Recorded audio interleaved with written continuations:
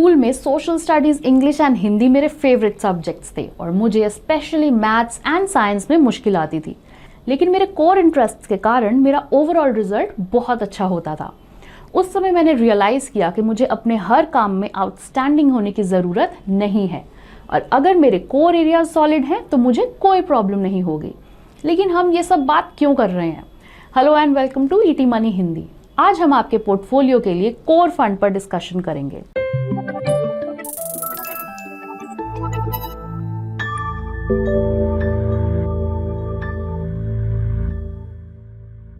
Core fund आपके portfolio के लिए मेन फंड होता है, इसीलिए इसका परफॉर्मेंस ओवरऑल पोर्टफोलियो के परफॉर्मेंस को ड्राइव करता है।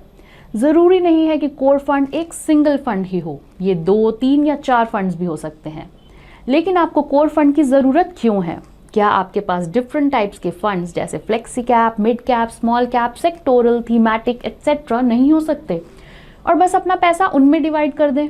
वैसे तो किसी पोर्टफोलियो को मैनेज करने या बिल्ड करने का कोई एक तरीका नहीं है, लेकिन core satellite approach investment world की सबसे पॉपुलर फिलॉसफीज में से एक है। इस अप्रोच में आपके पास कुछ कोर फंड्स होते हैं जो आपके पोर्टफोलियो का एक लार्ज पार्ट कमांड करते हैं और फिर कुछ सैटेलाइट फंड्स होते हैं।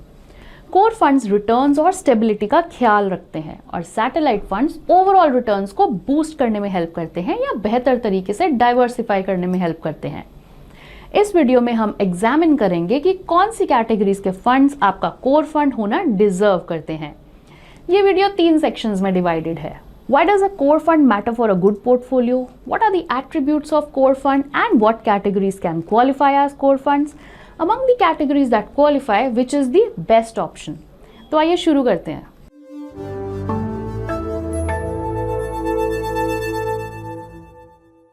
एक कोर फंड और फंड्स होने के कई एडवांटेजेस हैं। फर्स्ट, एक कोर फंड आपके ओवरऑल पोर्टफोलियो की स्टेबिलिटी एंड रिटर्न्स दोनों का ख्याल रखता है। सैटेलाइट फंड्स रिटर्न को बूस्ट करने में हेल्प करते हैं या बेटर तरीके से डाइवर्सिफाई करने में हेल्प करते हैं। सेकंड, ये आपको फोकस्ड रखता है। आप एग्जैक्टली जानते हैं कि मार्केट फेजेस में कहाँ इन्वेस्ट करना चाहिए। अगर आपके पास कोई कोर फंड नहीं है तो डिस्ट्रैक्शन की पॉसिबिलिटी काफ़ी ज़्यादा है। For instance, from time to time कई ट्रेंड्स पॉपुलर होते हैं और इन्वेस्टर्स उन्हें चेज करना चाह सकते हैं। ये एक इन्वेस्टमेंट थीम हो सकता है जैसे इंफ्रा, हाउसिंग और हेल्थ केयर, या फिर mid and small cap segment हो सकता है जो सडनली पॉपुलर हो गया हो। अगर आपके पास कोई कोर फंड है तो आप एग्जैक्टली जानते हैं कि कहाँ इन्वेस्ट करना है। आपको पता होगा कि आपके पोर्टफोलियो के सेंटर में कौन सा फंड है और आपको प्राइमरीली उसी में इन्वेस्ट करना है, no matter what's hot in the market. इससे आप मार्केट कंडीशंस के अकॉर्डिंग फंड्स फ्लिप करने के लिए टेम्प्ट नहीं होंगे। थर्ड, ये चीज़ों को सिंपल रखने में मदद करता है। अगर आप अपने पोर्टफोलियो को ट्रैक करने में ज़्यादा टाइम स्पेंड नहीं कर सकते तो सिर्फ कोर फंड्स में इन्वेस्ट करना आपको अपने गोल्स अचीव करने में हेल्प कर सकता है। इन दिस केस आप सैटेलाइट फंड्स के बगैर भी अपने गोल्स अचीव कर सकते हैं। फोर्थ, अगर आप एक एडवेंचरस इन्वेस्टर हैं तो ये आपको अपने सैटेलाइट पोर्टफोलियो के साथ एक्सपेरिमेंट करने की फ्लेक्सिबिलिटी प्रोवाइड करता है। आपके पोर्टफोलियो के कोर को ध्यान में रखते हुए भले ही आपके कुछ सैटेलाइट फंड्स एक्सपेक्टेशन के मुताबिक डिलीवर ना करें, आपके पोर्टफोलियो का परफॉर्मेंस फिर भी काफ़ी हद तक ठीक रहता है।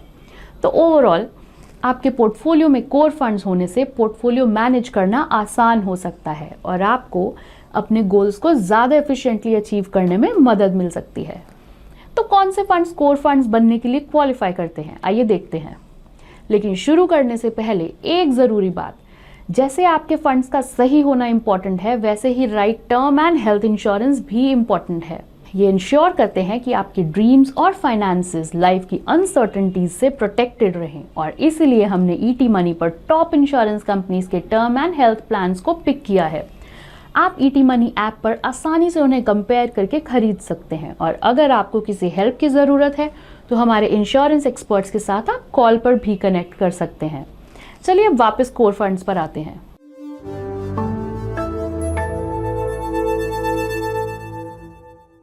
तो अगर किसी फंड कैटेगरी को आपके कोर फंड की तरह एक्ट करना है तो उसमें क्या एट्रीब्यूट्स होने चाहिए? हमारे ओपिनियन में किसी भी कोर फंड में ये 2 एट्रीब्यूट्स होने चाहिए। नंबर 1, गुड रिटर्न्स जनरेट करने के साथ साथ ये आपके पोर्टफोलियो को स्टेबिलिटी भी प्रोवाइड करे। नंबर 2, ये आपका पैसा कहाँ और कैसे इन्वेस्ट करता है, इस पर मिनिमल रिस्ट्रिक्शंस होनी चाहिए। गुड रिटर्न से हमारा मतलब है कि आपके रिटर्न्स को निफ्टी 50 जैसे ब्रॉडर इंडेक्स के बराबर या उससे बेटर होने चाहिए। स्टेबिलिटी से हमारा मतलब है कि आपके पोर्टफोलियो में लिमिटेड वॉलेटिलिटी या अप्स एंड डाउन्स होने चाहिए। लेकिन एक कोर फंड को इन्वेस्ट करने के लिए ज़्यादा फ्रीडम क्यों होनी चाहिए, जो हमारा दूसरे रिक्विजिट है? ऐसा इसलिए है क्योंकि स्क्यूड मैंडेट्स आपके पोर्टफोलियो रिस्क को बढ़ा सकते हैं और डाइवर्सिफिकेशन के बेनिफिट्स को लिमिट कर सकते हैं। अगर फंड को सिर्फ एक ही तरह के स्टॉक सेलेक्ट करने होंगे तो वो तभी अच्छा परफॉर्म करेगा जब उस तरह के स्टॉक्स अच्छा परफॉर्म करेंगे। फॉर इंस्टेंस, एक सेक्टोरल फंड तभी अच्छा परफॉर्म करेगा जब उस पर्टिकुलर सेक्टर्स के स्टॉक अच्छा परफॉर्म करेंगे। अगर वो अच्छा परफॉर्म नहीं करते और वो भी एक एक्सटेंडेड पीरियड के लिए, तो आपका रिटर्न सफ़र कर सकता है। और अगर वो स्टॉक्स बुरा परफॉर्म करते हैं तो फंड भी ऐसे स्टॉक्स के कॉन्सेंट्रेशन की वजह से बुरा परफॉर्म करेगा। तो हम किसी कोर फंड में ऐसा नहीं देखना चाहेंगे। इसलिए हमने सिर्फ उन्हीं फंड कैटेगरीज को चुना जिनमें कहीं भी इन्वेस्ट करने का कंसिडरेबल फ्रीडम हो।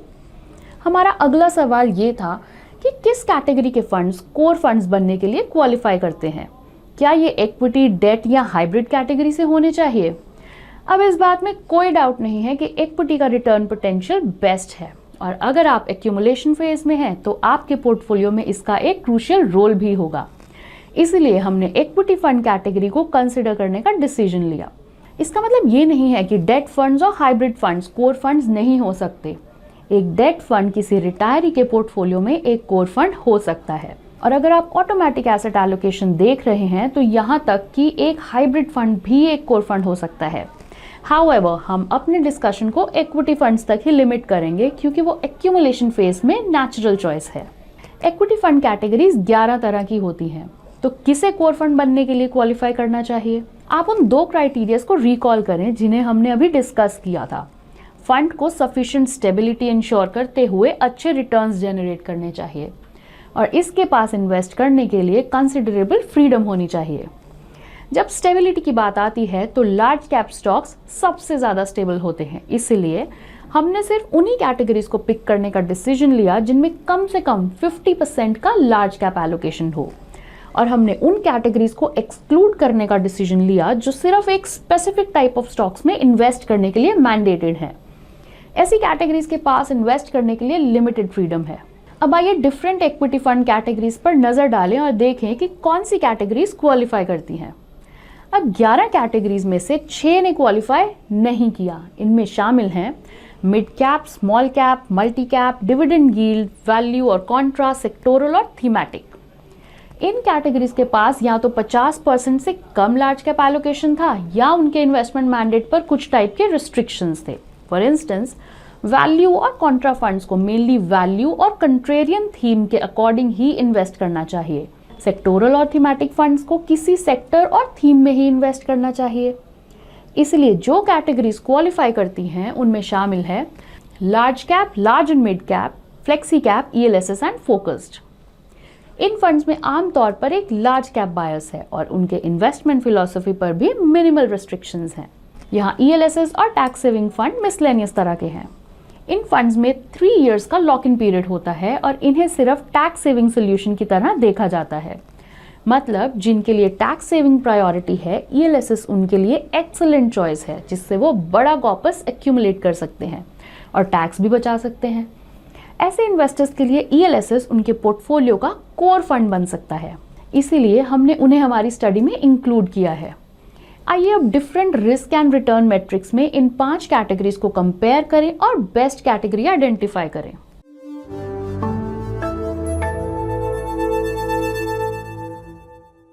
रिटर्न्स मेजर करने के लिए आइए रोलिंग रिटर्न्स नाम के एक पैरामीटर को यूज करते हैं।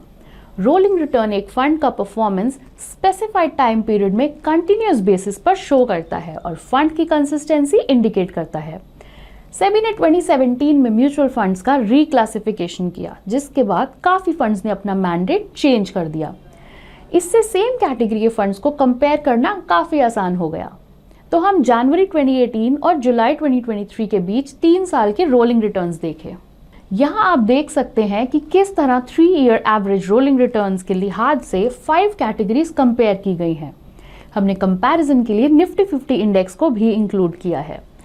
यहाँ फोकस्ड फंड्स टॉप पर हैं, जिसके बाद large and mid cap funds, flexi cap funds और ELSS हैं। Large cap funds worst performer रहे हैं, उन्होंने निफ्टी 50 इंडेक्स के कंपैरिजन में भी खराब परफॉर्म किया है। क्योंकि हम रिटर्न्स डिस्कस कर रहे हैं, ये देखना वर्थवाइल होगा कि किस कैटेगरी ने हाईएस्ट 3 ईयर रोलिंग रिटर्न्स दिए हैं। यहाँ large and mid cap funds top पर दिखाई देते हैं, सेकंड स्पॉट पर हैं ELSS फंड्स। फोकस्ड फंड्स जो पहले टॉप पर दिखाई दे रहे थे, अब सेकंड लास्ट स्पॉट पर है। निफ्टी 50 TRI थर्ड स्पॉट पर है। तो ये 5 कोर फंड कैटेगरीज के रिटर्न्स का स्नैपशॉट था। लेकिन ये कैटेगरीज कितनी वॉलेटाइल हैं, ये जानने के लिए स्टैंडर्ड डेविएशन नाम के एक पैरामीटर का यूज करते हैं। स्टैंडर्ड डेविएशन जितनी ज्यादा होगी, वॉलेटिलिटी भी उतनी ही ज्यादा होगी। हमने 3 ईयर रोलिंग रिटर्न्स के स्टैंडर्ड डेविएशन पर गौर किया। जैसे कि आप देख सकते हैं, फोकस्ड फंड्स लीस्ट वॉलेटाइल हैं और उनका स्टैंडर्ड डेविएशन निफ्टी 50 के बराबर है।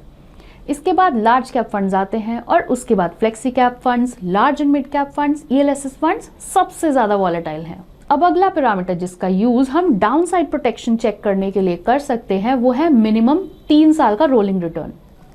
फोकस्ड फंड्स ने यहाँ भी अच्छा परफॉर्म किया है। Large and mid cap funds और फ्लेक्सी कैप फंड्स इसके बाद आते हैं। लार्ज कैप फंड्स और निफ्टी 50 इंडेक्स ने इस मेट्रिक में बुरा परफॉर्म किया है। यही हाल ELSS फंड्स का भी रहा। तो ये डेटा हमें क्या बताता है? अगर हम एवरेज रिटर्न्स और वॉलेटिलिटी दोनों को देखें तो focused funds definitely stand out करते हैं। इन फंड्स ने कम वॉलेटिलिटी के साथ हायर रिटर्न्स डिलीवर किए हैं। ये बहुत इंटरेस्टिंग है क्योंकि इन फंड्स को मैक्सिमम 30 स्टॉक्स में इन्वेस्ट करने का मैंडेट है, इसलिए ये ज्यादा रिस्की लगते हैं, लेकिन रियलिटी डिफरेंट है।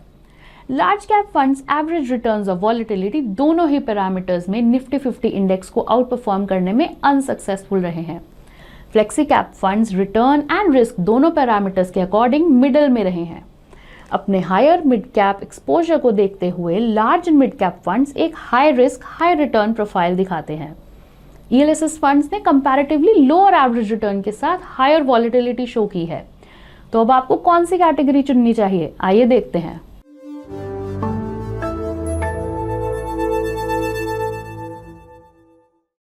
ये डिफरेंट कोर फंड्स का रिस्क एंड रिटर्न पिक्चर है। श्योरली अब आप इसका यूज राइट फंड्स को पिक करने के लिए कर सकते हैं, लेकिन अगर आप एक पोर्टफोलियो को बिल्ड कर रहे हैं तो आपको रिटर्न्स के अलावा ब्रॉडर पिक्चर पर भी फोकस करना होगा। आइए हर एक कोर फंड कैटेगरीज को देखें और असेस करें कि वो किसके लिए सूटेबल हैं। लार्ज कैप फंड्स के साथ शुरू करते हैं। लार्ज कैप फंड्स का एक लो रिटर्न लो रिस्क प्रोफाइल है। वो ऐसे इन्वेस्टर्स के लिए सूटेबल हैं जो अपने कोर फंड्स में हाई वॉलेटिलिटी नहीं चाहते।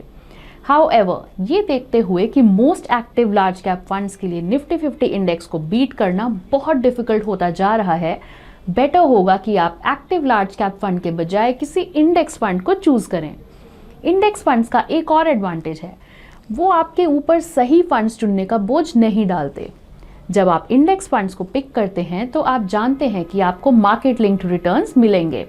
अगर मार्केट अच्छा परफॉर्म करता है तो आपको भी अच्छे रिटर्न्स मिलेंगे, अगर ये अच्छा परफॉर्म नहीं करते तो आपको भी अच्छे रिटर्न्स नहीं मिलेंगे। इसलिए एक तरह से वो आपको गलत फंड पिक करने की एंजाइटी से बचाते हैं। इसके बाद large and mid cap funds आते हैं। इनके हाई मिड कैप एलोकेशन को देखें तो ये कोर फंड्स के लिए अग्रेसिव चॉइस है। आप इन्हें तब ऑप्ट करें जब रिटर्न्स आपका प्राइमरी फोकस हो, लेकिन अगर आपके सैटेलाइट पोर्टफोलियो में mid cap and small cap funds के लिए सेपरेट एलोकेशन है तो आपका काम उनके बिना भी चल जाएगा। कोर पोर्टफोलियो में large and mid cap funds और सैटेलाइट पोर्टफोलियो में mid cap and small cap funds portfolio की ओवरऑल वॉलेटिलिटी बढ़ा देते हैं, क्योंकि मिड एंड स्मॉल कैप्स ज्यादा वॉलेटाइल होते हैं। आइए अब फ्लेक्सी कैप फंड्स के बारे में बात करें। Flexi cap funds classic go anywhere funds हैं। इन फंड्स ने मॉडरेट रिस्क एंड रिवॉर्ड दिखाया है और इसीलिए ज्यादातर पोर्टफोलियोज को अच्छा कॉम्प्लीमेंट कर सकते हैं। अगर आप श्योर नहीं है कि आपको कोर फंड कौन सी कैटेगरी से पिक करना चाहिए तो आप सिंपली एक फ्लेक्सी कैप फंड सेलेक्ट कर सकते हैं। या अगर आप सोचते हैं कि आपके फंड मैनेजर को स्टॉक्स पिक करने में कंप्लीट फ्रीडम होनी चाहिए तो भी flexi cap funds right choice है। लेकिन अगर रिटर्न्स आपका प्राइमरी कंसिडरेशन है तो आपके पास फ्लेक्सी कैप फंड्स के कंपैरिजन में बेटर ऑप्शंस हैं। इसके बाद ELSS या टैक्स सेविंग फंड्स आते हैं।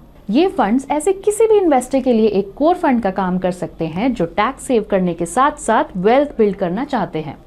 लेकिन अगर आपको टैक्स सेविंग की रिक्वायरमेंट नहीं है या आपने न्यू टैक्स रेजिम ऑप्ट किया है तो इन फंड्स का लिमिटेड यूज हो सकता है। लेकिन जो इन्वेस्टर्स प्रीमेच्योरली अपने इन्वेस्टमेंट्स रिडीम करते हैं या जिन्हें इन्वेस्टमेंट के साथ बने रहने में डिफिकल्टी होती है, उन्हें ELSS के 3 ईयर लॉक इन से बेनिफिट हो सकता है। Last but not the least, focused funds. Focused funds सभी कोर फंड्स में बेस्ट ऑप्शन के रूप में सामने आए हैं।